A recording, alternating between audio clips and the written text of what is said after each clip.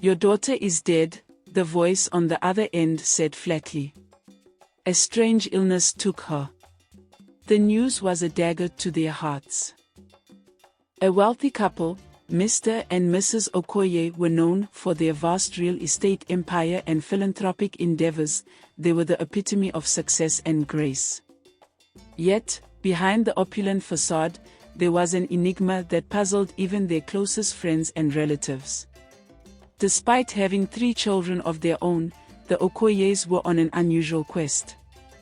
They needed another child, specifically a girl aged between 10 to 12 years. This urgency and specificity raised eyebrows and set tongues wagging. Whispers circulated among the elites, questioning the true motive behind this peculiar desire. Some speculated it was for some noble cause, others wondered if it was a manifestation of deeper, darker intentions. The couple's quest led them far from the glitz of Lagos to the humble village of Umuofia. Known for its serene landscape and modest living, Umuofia was a stark contrast to the city. The couple arrived in their luxurious SUV, causing quite a stir among the villagers who seldom saw such extravagance. Mr. Okoye, a tall man with an air of authority, and Mrs. Okoye, whose elegance radiated even in the simplest attire, approached the village chief. The chief, an elderly man with wisdom etched into every wrinkle, greeted them with cautious curiosity. "Welcome to Umuofia," the chief began, eyeing the couple with a mixture of respect and suspicion. "What brings you to our humble village?" Mr. Okoye stepped forward, his voice smooth and persuasive. "Chief, my wife and I are in search of a young girl to adopt. We believe that the village holds the simplicity and values we cherish, and we hope to find a child who can become a part of our family." The chief raised an eyebrow. "Adopt a child? But you have your own children, do you not?" Mrs. Okoye interjected, her tone warm but firm. "Indeed, we do. But we have our reasons, personal and profound, for wanting to extend our family in this manner." After much deliberation and discussion, the couple's quest led them to the doorstep of the Nwosu family. The Nwosus, a humble and impoverished family, were struggling to make ends meet. Their daughter, Ada, was a bright and cheerful girl of 11. Despite their dire circumstances, they had raised her with love and discipline. Mr. Nwosu, a gaunt man with a weary look, greeted the Okoyes hesitantly. "You wish to adopt our Ada?" he asked, disbelief evident in his voice. "Yes," Mr. Okoye affirmed, placing a substantial amount of money on the table. "We will provide a monthly allowance to your family and ensure Ada receives the best education and upbringing." Mrs. Nwosu, her eyes wide with both hope and fear, looked at her husband. "What do you think?" she whispered, her voice trembling. Mr. Nwosu sighed deeply, the weight of his decision pressing down on him. "If it means a better life for Ada, we must consider it." With a heavy heart, they agreed. Ada, unaware of the complexities, was excited about the prospect of living in the city and receiving an education. She bid her tearful parents goodbye, her small suitcase packed with her few belongings. As the Okoyes drove back to Lagos with Ada, a sense of accomplishment radiated from them. They promised her a life of comfort and opportunity, and for the next 5 years, they delivered on that promise. Ada flourished under their care, excelling in her studies and becoming the apple of their eye. Yet, beneath the surface of this idyllic existence, something sinister lurked. The true reason behind the Okoye's desperation remained a secret that would eventually unravel with devastating consequences. Ada's life in Lagos was a whirlwind of new experiences. She attended one of the best schools in the city, wore the finest clothes, and enjoyed luxuries she had never imagined. Mr. and Mrs. Okoye treated her like their own, and for a while, it seemed like she had truly found a new family. However, as Ada approached her 16th birthday, the atmosphere in the Okoye household began to shift. The warm smiles and affectionate gestures were replaced with cold stares and harsh words. It started with small things, a forgotten chore, a misplaced item, all met with an unusual severity. One evening, Ada sat in her room, staring at her homework, tears blurring the words on the page. Mrs. Okoye entered, her face stern. "Ada, why is the kitchen not clean?" she demanded. "I'm sorry, Ma. I was just finishing my homework." "I'll do it right away," Ada replied, her voice trembling. Mrs. Okoye's eyes narrowed. "You are becoming lazy and disrespectful. Do you think we brought you here to live like a princess? You have responsibilities." The word stung, but Ada nodded silently, rushing to complete her chores. This pattern of behavior continued, each day growing more intense. The once nurturing environment became a prison of fear and uncertainty.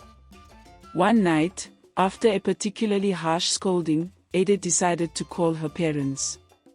She hadn't spoken to them in months, the Okoyes always insisting she was too busy with schoolwork. With shaking hands, she dialed the number. "Papa, it's me, Ada," she whispered, her voice breaking. "Ada. My child, how are you?" Mr. Nwosu's voice was filled with concern and relief. "Papa, I need you to come and get me. Things are not good here. They are treating me badly," Ada cried, her sobs echoing through the phone. Her parents were distraught but determined. They promised to come to Lagos immediately. The next morning, the Nwosus arrived at the Okoye mansion, their hearts heavy with worry. "We have come to take our daughter back," Mr. Nwosu declared, his voice firm despite his anxiety. Mr. Okoye laughed coldly. "You must be mistaken. Ada is our daughter now.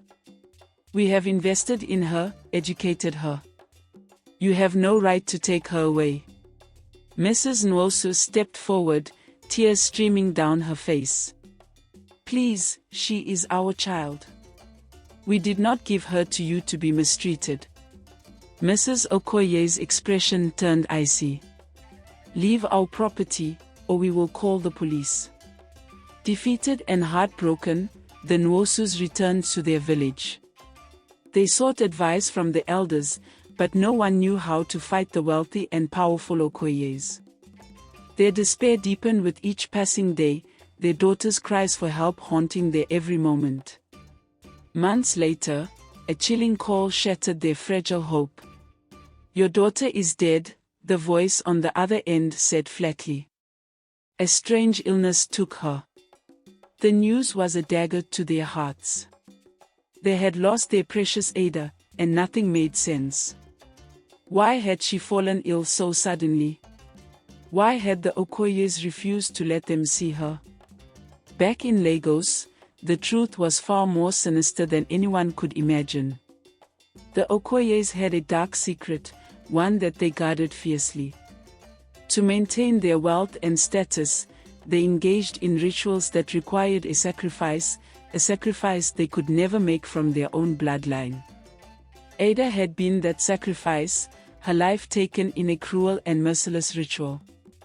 The Okoyes had masked their intentions under the guise of benevolence, but their greed and desire for power had led them down a path of unimaginable evil. The Nwosus were devastated by Ada's death. They could not understand how their vibrant, healthy daughter had succumbed to a mysterious illness so suddenly. The villagers shared in their grief, but no one knew how to uncover the truth behind the tragedy. Determined to find answers, Mr. Nwosu traveled back to Lagos. He sought out anyone who might have known Ada, hoping for a clue that would explain her untimely death. His inquiries led him to a former maid of the Okoye household, who had left her employment shortly after Ada's arrival. The maid, a young woman named Chika, hesitated at first. Fear and loyalty to the Okoyes kept her silent, but Mr. Nwosu's desperation and grief moved her. "I will tell you what I know," she whispered, glancing around nervously. "But you must promise to protect me." Mr. Nwosu nodded, his heart pounding with anticipation and dread. Chika began to recount her story, her voice shaking. Ada was always so cheerful and obedient. The Okoyes treated her well at first, but things changed as she grew older. They started to isolate her, rarely allowing her to leave the house. She confided in me that they were becoming harsh and cruel. Tears welled up in Mr. Nwosu's eyes. Why would they do this? What happened to her? Chika took a deep breath, her voice lowering to a fearful whisper. The Okoyes are not what they seem. They have a dark secret. They believe in rituals, sacrifices to maintain their wealth and power. They couldn't use their own children, so they took in Ada, pretending to care for her, but they intended to use her all along. Mr. Nwosu's blood ran cold. The pieces of the puzzle fell into place, and the horrifying truth emerged. "They sacrificed her?" he asked, his voice barely audible. Chika nodded, tears streaming down her face. "Yes. I overheard them talking about the ritual. They needed a pure soul, someone they had nurtured and cared for, to complete their rites. Ada was that soul." The weight of the revelation was crushing. Mr. Nwosu knew he had to confront the Okoyes, but he also knew he needed proof. He returned to Umuofia, where he shared Chika's story with the village elders. The chief, deeply disturbed by the revelation, called for a meeting. "We must bring this to the authorities," the chief declared. "The Okoyes must be held accountable for their actions." The village rallied together, gathering evidence and testimonies. Mr. Nwosu, armed with Chika's account and other corroborating stories, traveled back to Lagos, this time with a delegation from the village and legal support. Confronting the Okoyes was a daunting task. They were powerful and influential, but the weight of the truth was on the Nwosu side. The legal team presented their case to the authorities, who launched a thorough investigation into the Okoyes' affairs. The investigation uncovered a trail of deceit and darkness. Financial records, testimonies from former employees, and evidence from ritual sites painted a grim picture. The Okoyes' facade of philanthropy and benevolence crumbled, revealing the monstrous reality beneath. The legal battle was long and arduous, but eventually, justice prevailed. The Okoyes were arrested and charged with multiple counts, including murder and illegal rituals.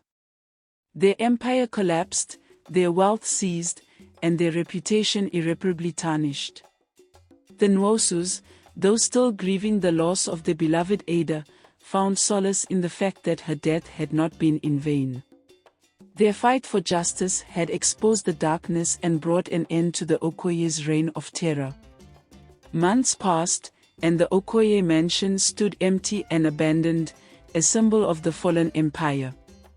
The trial had garnered nationwide attention, and the once celebrated couple became infamous for their heinous crimes. The Nwosus, while still grappling with their loss, were hailed as heroes for their relentless pursuit of justice. Back in Umuofia, the village returned to its peaceful routine, but the shadow of the events lingered. The chief called for a community meeting, where the elders and villagers discussed how to prevent such tragedies in the future. They established a support system for families and emphasized the importance of vigilance and solidarity. Mr. and Mrs. Nwosu, despite their grief, found comfort in the support of their community. They channeled their pain into advocacy, raising awareness about child trafficking and the dangers that lurk behind seemingly benevolent offers.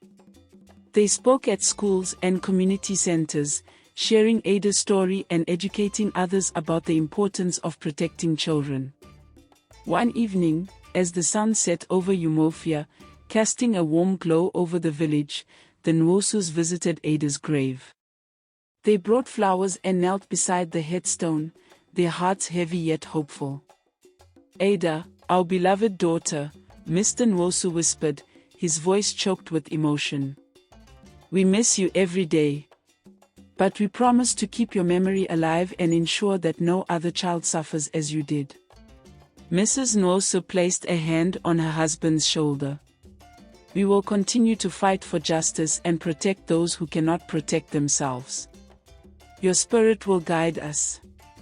As they stood there, a gentle breeze rustled the leaves, and for a moment, they felt Ada's presence, a comforting reminder that her spirit was at peace.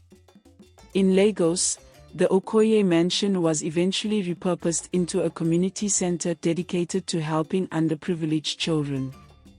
The once opulent halls now echoed with laughter and hope, a stark contrast to the darkness that had once enveloped them. The chief of Umuofia visited the center during its inauguration. "May this place serve as a beacon of hope and a reminder that evil cannot triumph over good," he said, cutting the ribbon amidst applause. The Nwosus were invited to speak at the inauguration. Standing before the crowd, Mr. Nwosu's voice was strong and resolute. "This center is a testament to Ada's legacy. Her life, though tragically cut short, will inspire countless others to strive for a better future." As the years passed, the Nwosus found healing in their advocacy work. They adopted 2 children from the village, providing them with the love and care they had once given Ada. Their home, once filled with sorrow, became a sanctuary of love and laughter once more. The village of Umuofia thrived, united by the tragedy that had brought them together and the resilience that had seen them through. The story of the Nwosus and their fight for justice became a legend, a powerful reminder of the strength of the human spirit and the enduring power of love. And so, in the heart of Lagos and the quiet village of Umuofia, Ada's memory lived on, a symbol of hope, justice, and the unwavering belief that even in the darkest of times, light will prevail.